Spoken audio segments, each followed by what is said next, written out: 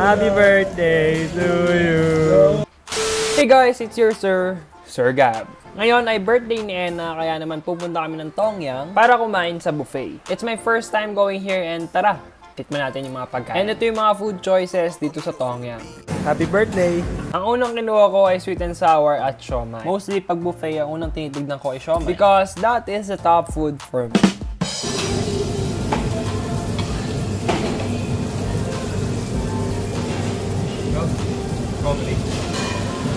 Kung makikita nyo naman, sarap na sarap ako sa pagkain. At syempre, hindi lang ako nag-enjoy, pati sila. Bukod sa mga pagkain kanina, may mga other food choices pa. Mostly dito ay hindi ko kinakain dahil veggies. Pero ito, yung pork belly, hindi ko pinalagpas yan. And you'll see a more video of me na puro subo at puro kain lang ginagawa.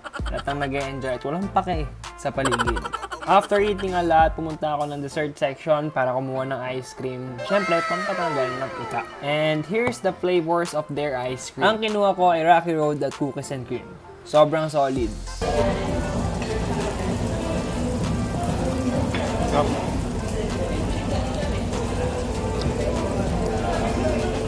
At this point, dumating yung mini cake ni Enna and nakalagay na happy birthday, Renalyn. At dahil birthday niya, hindi niya pinalagpas magpa-picture sa Instagram frame ng Tongyang. Hey! Pakita yung cake.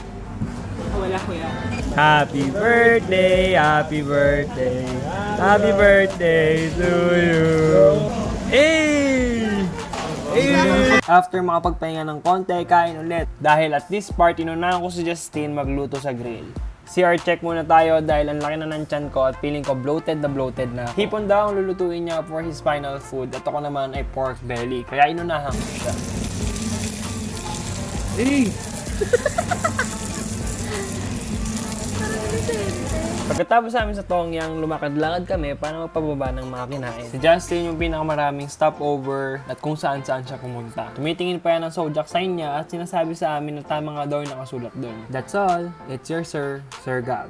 Follow for more.